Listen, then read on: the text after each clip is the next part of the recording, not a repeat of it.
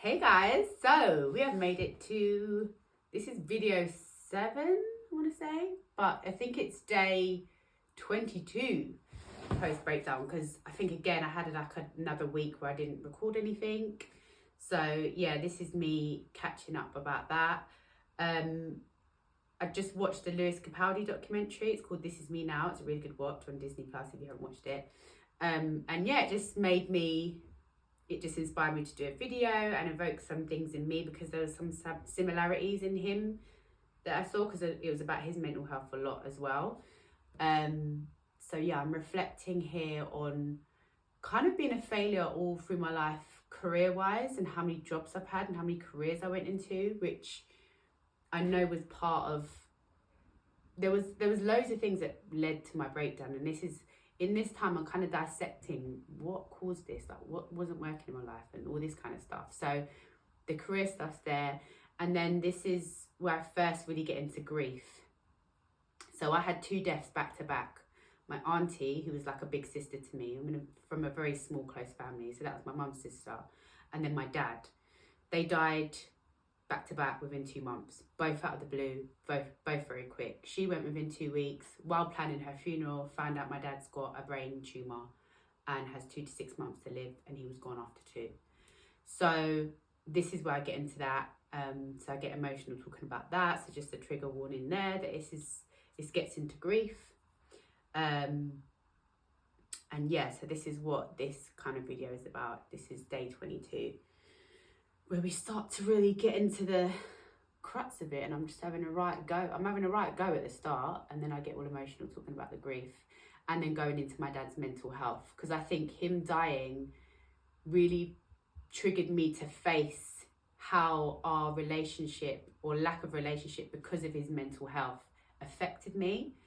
I didn't think it affected me as much, but it did. And when we suppress things, it comes out at some point, and it was coming out. And I think it was a huge trigger for my breakdown. So yeah, in this episode, that's what we get into. So yeah, check it out. And that's it for today, folks. What's my motherfucking name? I am depressed.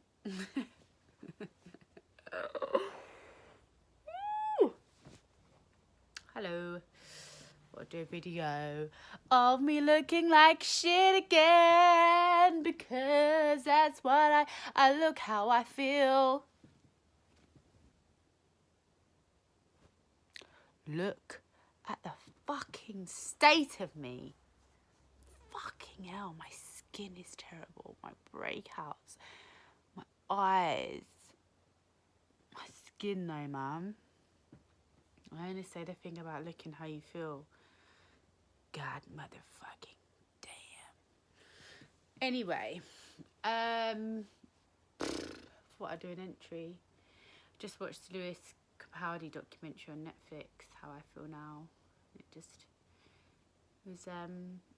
yeah, it was interesting, a good watch, evoked some emotions, and a bit of similarity, more so in regards to the death stuff, but we'll get into that. But I don't know, like, I really believed I was going to be a superstar. Like, I genuinely thought, I always thought from a young age that I was going to be a superstar. Like the English J-Lo. I always wanted to be an actress from the day. Then I was like, yeah, I want to do singing. Like, literally the English J-Lo, triple threat. That didn't work out. Then I went into the boring fucking corporate office world, because that's what my family told me to do, because that's what we do. Boring as hell, complete waste of fucking time in my life.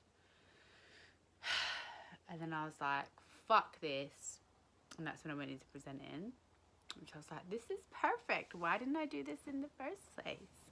Why didn't I listen to my teacher in college and go to Kids TV presenting, because she told me I'd be really good at that. And I was like, I'm not going to do that. I'm going to be an actress. No, dickhead, you're not. Anyway, yeah, I'm just wondering why. Why it didn't work out for me. But where am I on my...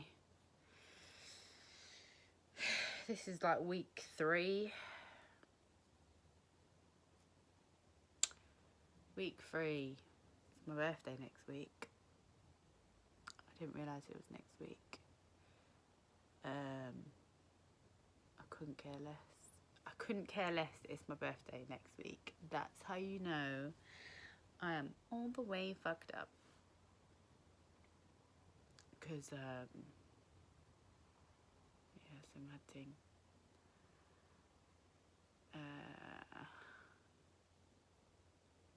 Yeah, so I just went off into one then. Yeah, I need to deal with a lot of things, man. I think people dying was the last straw for me. I feel like I was hanging on by a thread and I was just really trying to build on the thread. It's like this was the thread and I was just trying to work it out in the gym. I was trying to work it out so it could hold everything, and then I could just, all the stuff I was holding, I was just trying to, come on little thread, we can do it. And the thread was like, fuck this, and it's just snapped. So now I am not hanging on. I have fallen down very hard, really hurt, and now I'm recuperating.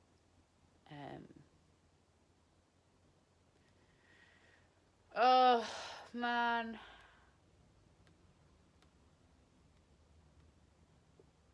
but yeah, I think H is fucking Mahusiv. Then my auntie dying and my dad dying. Like, even me saying it now, I just think, fucking hell, they're dead. They actually died and are not here anymore. Like, that's so fucked. That is fucked.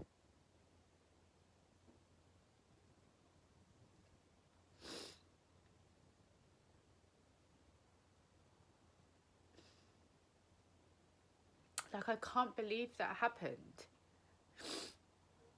Like, I know it happened, but it's like sometimes you just catch yourself and you're like, fucking hell. They really died. And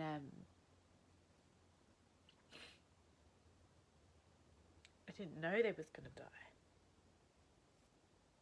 They both died really quickly.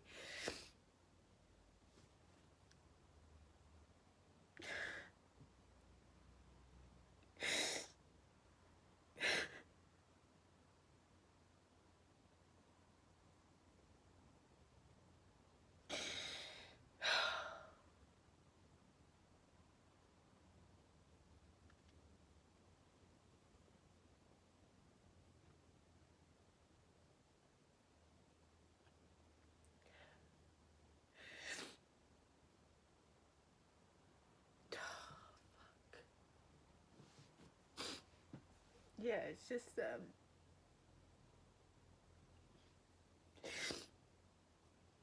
I think my mum said something to me the other day, because my cousin, who is my auntie's youngest daughter, who I've always seen more like a sister, you know, obviously I really wanted to be there for her because it was her mum. And my grandparents using their youngest child, and my other cousin, obviously it was his mum, and I think I was just supporting everyone through that.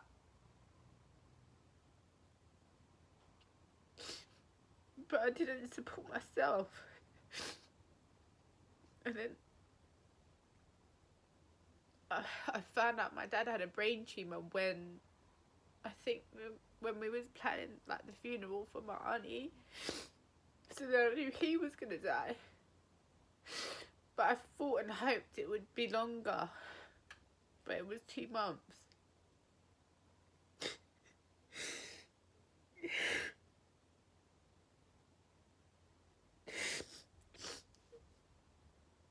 Fuck, I need tissue. No tissues! Oh, fucking hell. Oh.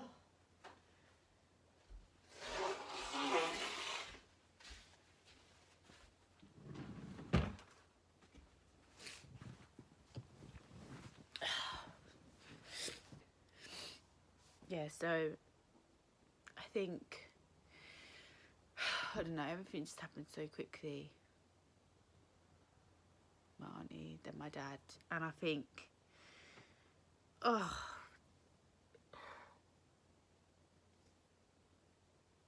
like both deaths have unearthed something in me because of the upsetting relationships I had with both of them.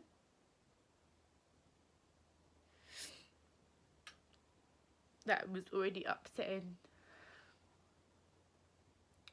what had happened with how my auntie and I's relationship had changed, and my relationship with my dad from, I was like maybe 5 when he first got sectioned. So, you know, I just feel like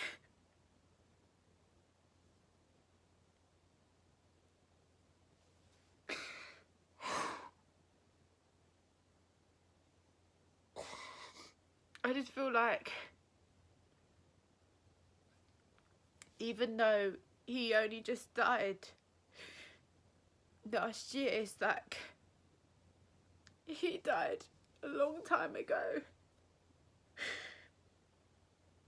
He was just taken away because of his mental health. And that robbed me of my dad.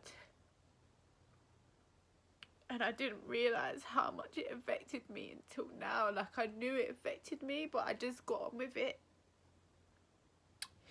Or would just make jokes and stuff about it. It's not funny. You know, a lot of people use humour as a defence mechanism. I think that's definitely something I've done throughout my life. I'm very sarcastic. I do think laughter is the best medicine though, like, don't get it twisted, but there's a fine line between laughter and joy and then using it as a weapon against your feelings and masking things.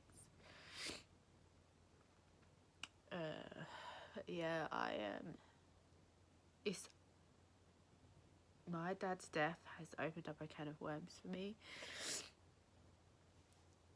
that I didn't realise. You know, I might have seen bits of it, but I see it now. And as I start looking at it, I'm gonna see it more.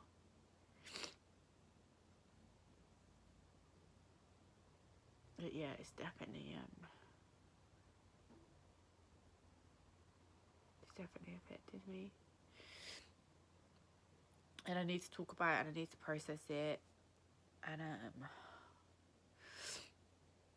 yeah, just help myself understand it and heal from it so I don't end up losing my mind, because that's what it feels like is happening now, and I don't want that. It's my biggest fear, is being like him.